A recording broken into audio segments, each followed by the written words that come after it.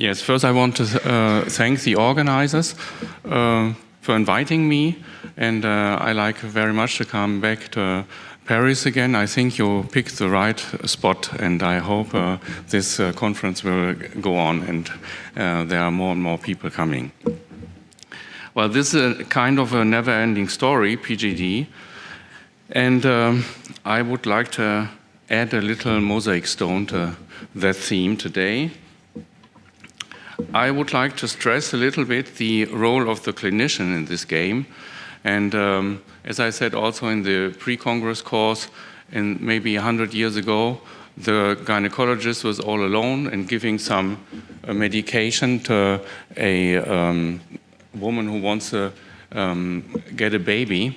Then after the introduction of IVF, we were two, the embryologist and the gynecologist, and nowadays, 21st century, we are three, including the geneticist. And I also stress that in designing trials, all of a sudden, the gynecologist is in the minority because there are the embryologist, the geneticist, and the gynecologist. That might be a certain impact on the studies. So I will go to definitions and biology, and the role of biology in medicine, to methods, clinics, embryology, and genetics, results, RCTs, prospective randomized trials, meta-analysis, and the ESTEEM study. I also mentioned the STARS trial, but the problem is it's not yet published. I asked Santi Monet to give me more data, more than published at the ASIM last year, but he declined and said there is an embargo on it because they want to publish it high ranking. And so I just can give you those data which are published, but I'm up to methodology of these studies, and they can be read in the internet. I will show you. And finally, I will give you the opinions about PGD and the conclusions of others and mine. I have nothing to declare here, and if we come to definitions, we had these two notions, pre-implantation genetic diagnosis and pre-implantation genetic screening. And it was changed to PGTA and PGT-S. And I hope I have not the wrong edition of my talk, but anyhow, I just want to say I don't like these new definitions because it's somehow genetically centered, not clinically centered, because if you do the aneuploidies analysis, of course in the lab it's about the same, but the indication might be different. It might be screening and it might be for translocations. And that's one thing. And the other thing is just to say, to put aneuploidy screening equal with screening, it might be short-sighted because in the long run it might be that we will also screen for monogenetic traits which might be responsible for development in vitro. So maybe one has to change these notions again. In brief, pre-implantation genetic diagnosis, parents want to have a healthy child. We have one specific genetic target, whereas in screening, they just want to have a child, and probably we have many targets, and it's a big question how far we should look and to what extent.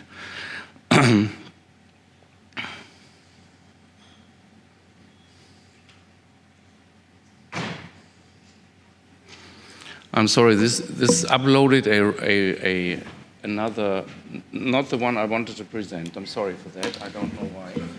I checked it before I came here, but that's not the one I wanted to give. I just take my stick, sorry.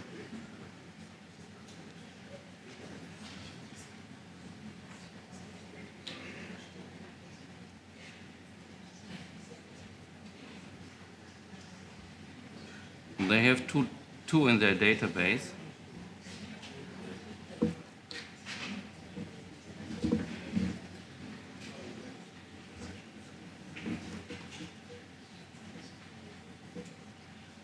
So there's someone from Technique here who could help me.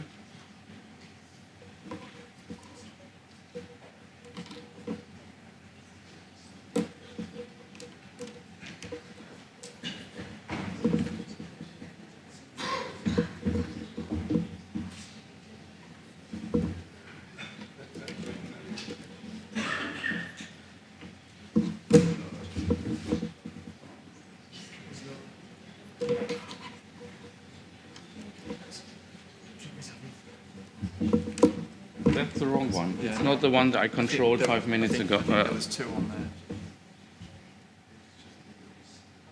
Is it one of these? There's two of them. Yeah.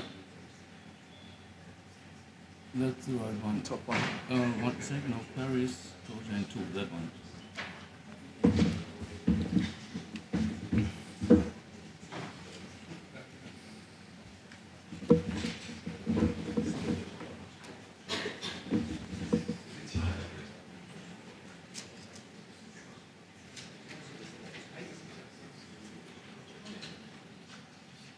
Okay, now that's the right one. So, concerning methodology, evidence-based medicine, as you well know, there are 3 different levels. The highest, considered to be the best, prospective randomized trials and meta-analysis of them. In the middle, controlled studies, cohort studies, descriptive studies. And on the bottom, expert opinion, physiology, and first principles. I think that low level is very often neglected. For example, first principles is also mathematics. 1 + 1 is 2. And one should not ignore these first principles before going to the prospective randomized trials. For example, if you want to improve, if one of the aims of PGS is to increase the pregnancy rate. So, for example, if you have one euploid and one uneuploid embryo and you want to give back one, the benefit of an analysis would be 100% because you would pick the right one. Whereas if you want to give back 2, the benefit is 0. So it made no sense to analyze, to do PGS on these. And this is neglected in studies I will show you. And for ethics, I think first one has to have an efficacy study and before you go to RCTs. That was, for example, neglected in the Marsdenbrook paper, the famous Marsdenbrook paper in New England Journal, because until that very moment, no one was able to prove by a cohort study that PGS works. Nevertheless, they randomized the patient, and I think it's unethical to do so. Furthermore, intention to treat, you can be very strict and randomize patients when they enter the hospital, regardless of what they want to get as a therapy. I think it's not very sensible. I think it's very important to think twice when you do PGS, just because of stochastics.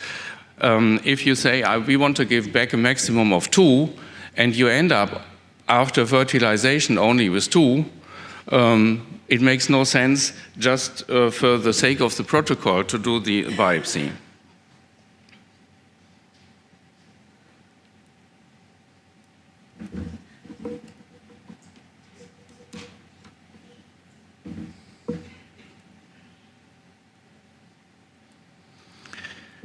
Okay, so I said it's just one aim out of 5. One is to increase the birth rate, another one to decrease miscarriage rate, multiple rate malformations, and senseless ART cycles. And the important thing is, and that's why I put it to clinics and the role of the clinician, that these 2 aims compete with each other. For example, if I have a patient, which I had,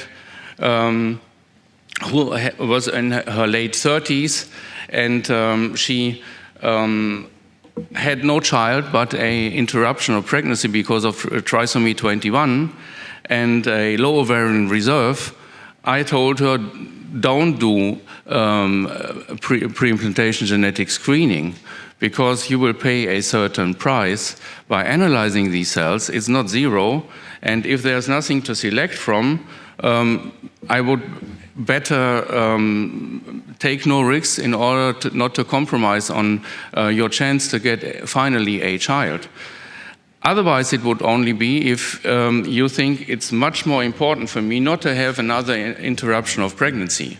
So she chose for the second, and I did it. But this is an example that you cannot make general rules when to do PGS. It is a question to be decided between the treating physician and the patient. So, and you have to take into consideration the normal things, the efforts you invest, time, money, and nerves, psychological stress, but also her fecundity, as I just said. It's a difference in the beginning of their 20s or at the end of their 30s. And then you have to stress out what is more important, a fast success or just to play safe and have a good cumulative pregnancy rate.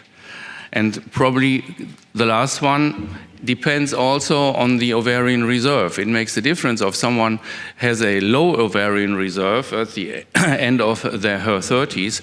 Probably you have to speed up and analyze them if she has many cells. So it's a very complicated decision and not so easy to lay down on paper.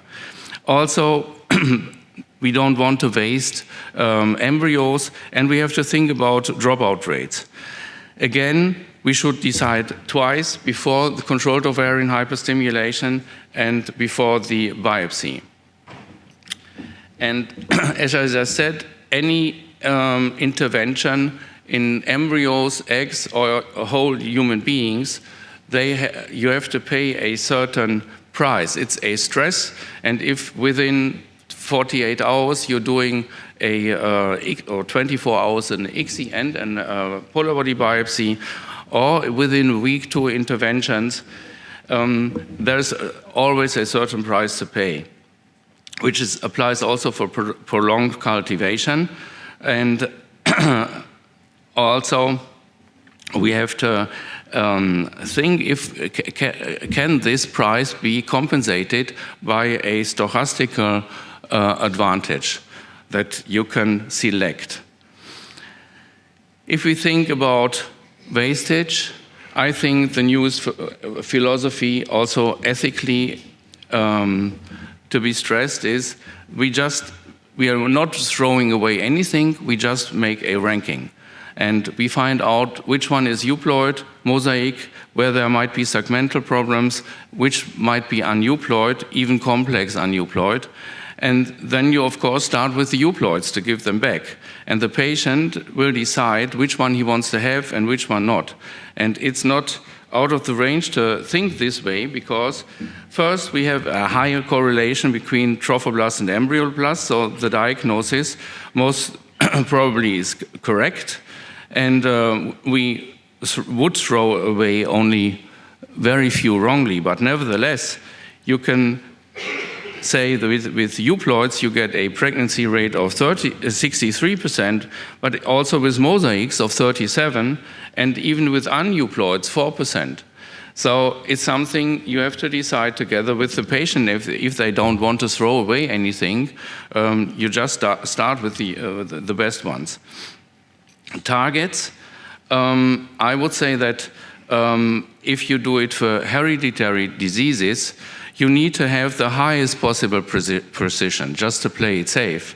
On the other side, if you do screening, normally we would like to have also a not so expensive test.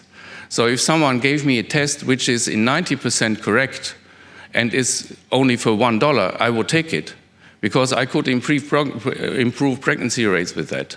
So, and the other way around, if you do NGS and analyze each and everything, and probably in 10 years, you might analyze the whole character of the patient just to exaggerate by the data you found at that very moment. I think it's ethically a little problem.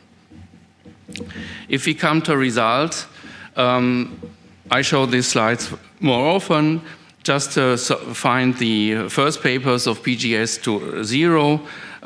It's only since 2012 that with comprehensive chromosome screening and blastocysts, it was proven that it works. And you can, they were all criticized, but nevertheless, they found a statistically relevant data. For example, you can improve the implantation rate with older patients, the multiple rate you can decrease. I found that very interesting. For those who don't yet know it, the Scott group, Foreman, they gave back in single embryo transfer, one proved euploid, blastocyst, and in the other group, 2 undetected. And the pregnancy rates were the same, but the multiple rate was 0. And I think that's an important other aim of PGS, because that's every day we have to tell the patients one of the big disadvantages of IVF is, or risk, is multiples. And also the EV group, Rubio, even with the old-fashioned day 3 and FISH investigation, they could increase the birth rate per cycle more than double, because they have a very, very good lab in Valencia, and we spoke to her, and everyone was working on that project, and I think it really shows how good they are. Then in younger patients, pregnancy rate per embryo transfer was increased, and again from the Scott group, birth rate per cycle. The meta-analysis, a little older one from 2015, they showed that you could improve implantation rate, clinical pregnancy rate, ongoing pregnancy rate, live birth rate, miscarriage rate, and multiple pregnancy rate. Then my theme is to compare 2 studies, the STEAMS trial and the STAR trial. And I want to stress again that there are different ways how to investigate something, and at different times. One thing is, if it's not known, is there a proof of principle? And for example, does it work, PGS? So to do that, you would just choose one center with a few patients.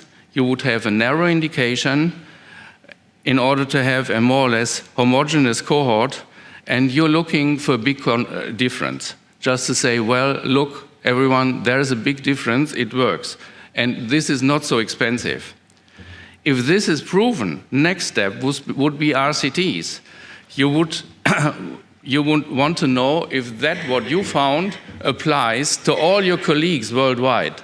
So you would include many centers, many patients. You might have a broad indication, an inhomogeneous cohort, to know, does it apply to all patients which come to you, and you would be happy even with a smaller difference. This is expensive. And then there seems to be a third possibility. If you want to make compromises, and if there's no real consensus about the principle, and then people think by this you could prove that it does not work. Whereas in biology, I'm not tired to stress, if you have negative results, it just means you're not able to do it. And you cannot prove by a negative result that something does not work. So if there's no consensus, probably there are only some centers, some patients, a narrow indication, in order to have also a homogeneous cohort, and you're looking still for a big difference. You're a little bit short of money, and you make compromises with the diagnosis and stochastics, and you have very strict aims, for example, intention to treat and birth rate.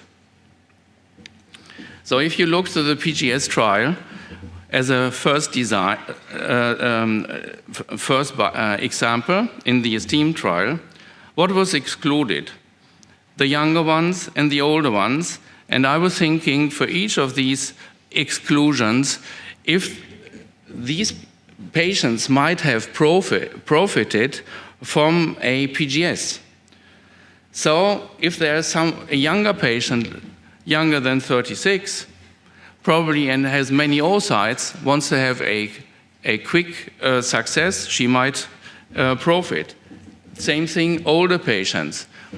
They might have many oocytes, some have, and they nevertheless might have a higher frequency of aneuploidies. And so on, the very skinny ones and the obese patients, we don't know. They might profit from it. They might have other problems, genetic problems with their oocytes probably. And also, if you say from the very beginning you only want to give back 2, it reminds me to the legislation in my country where we're not allowed to give back more than 3. And some 10 years ago, I was impressed by the algorithm of Harvard. And they were presented at one national congress in Germany, and they, just by calculating, by mathematics, they could decrease multiples and increase the pregnancy rates. So such strict notions I don't like. Hereditary diseases, donor oocytes, I think that's probably the only one. I'm not quite sure, but the Evie might tell us something about it if they might profit. Irregular cycle. The worst is that it was not allowed to do mixed transfers, which means as one was not sure about the principle, one would get some scientific result by giving back only pure groups, either euploids, 1 or 2, or unknown, 1 or 2, but no mixture. But that's clinically insane. If I have a patient and the lab says, well, we have 2 to give back, 1 is euploid, the other one we don't know, I would, of course, give back 2 if I wanted to give back 2. So by this, you definitely will decrease the pregnancy rate. I cannot go to all the other ones. The other thing which is important in order to judge that study is there was no minimum of oocytes. So of course we first had to screen the patients, and low responders were excluded. But if a normal responder just by chance, and you all know that it happens, had 2 fertilizations, then we still had, in the investigated group, we had to do the biopsies. There were about 400 patients, advanced maternal age as an indication, polar body biopsy and RECGH, no mixed transferred, and the aim was live birth rate. Genetically, we could get analysis from 55% of the oocytes, and 1/3 were euploid. That's an important fact. So in our pilot study, within average 40-year-old patients, the euploidy rate per patient, per oocyte was 25%. So I could tell our patients when they came and we had no pregnancy, and the normal question, why? The answer is, I told the patient 1 out of 4 oocytes is euploid and 3 not. So if you go down with the age, it's 1 out of 3. Main results, no difference between PGS and control group overall.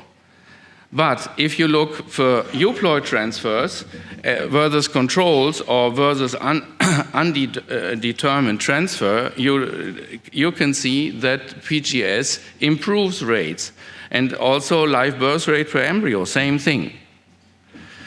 So I would comment and conclude, scientifically, live birth rate is equal if no mixed transfers with undetected are allowed. Live birth rate drastically increase per patient and per embryo if only euploids transferred. So clinically, live birth rate with mixed transfers, we have no study about it. And there, I think, is a very strong evidence of clinical benefit of PGS. If we come to the STAR trial, same thing. What was included? If there were less than 2 blastocysts, that makes sense because they were up to a single embryo transfer. But nevertheless, maybe chances are higher if you have more than that. And failed implantation. More than 2 failed implantations were included. I'm asking why. Why were they excluded? Probably just these patients might profit. More than 1 miscarriage was excluded. Also, they might profit better than the others. And I made some plus marks to those other conditions where I thought they might also profit, for example, surgically retrieved sperms and so on. And we know that mosaics were excluded, maybe for judicial problems or fears in the United States that patients might sue the doctors and the labs if they did so. But I think if you do informed consent means that you inform the patient. And you can do it with a geneticist and with a clinician, and they have to sign, and the patient can make their choices. It's possible to explain what it means. So I think one should have done it. STAR trial, 600 patients, single embryo transfer, next generation sequencing, and endpoint not live birth rate, but ongoing pregnancy rate. And overall, no difference. So if you see versus control in, but also in the younger one, no difference, younger than 35 years, no statistically difference to be found, whereas in the older ones, 35 to 40 years, there is a significant difference. And you can improve, if you look to the second column, PGS, the pregnancy rates with the younger and older are the same if you do PGS. So my comments and conclusions: no benefit by PGS with next generation sequencing, blastocyst biopsy, single embryo transfer for ongoing pregnancy if younger and older patients are mixed. And clinical results, ongoing pregnancy with including mosaics, we have no data. And I think, again, very strong evidence of clinical benefit of this PGS for older patients. If you look what is thought about PGS worldwide, we have several sources. One is the IVF Worldwide Survey from Weizmann. And what is the population worldwide thinking about that theme?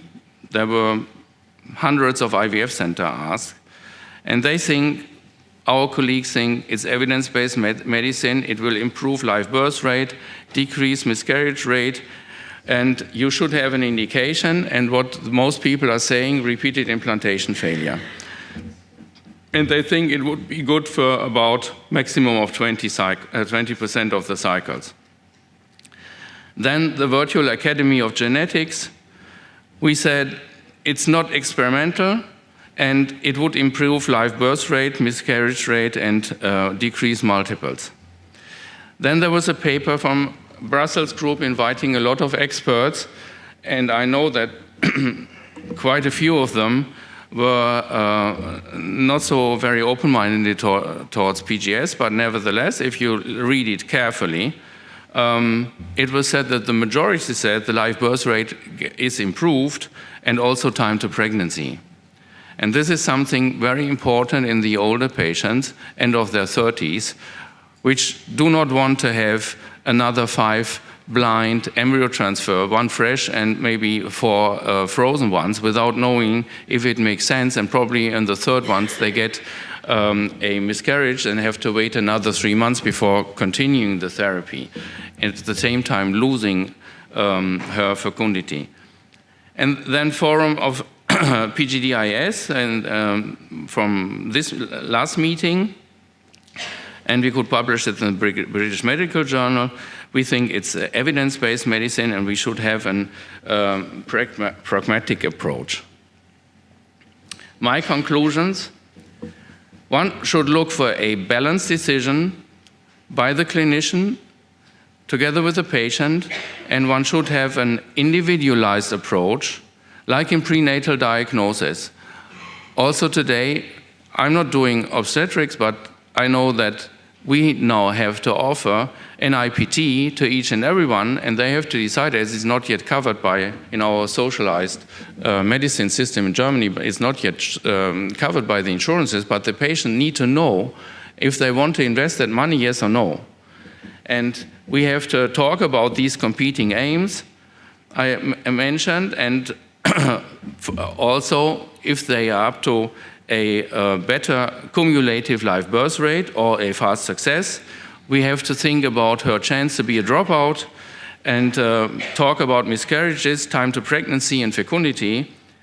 Very important, I think, most important, think twice just before doing it.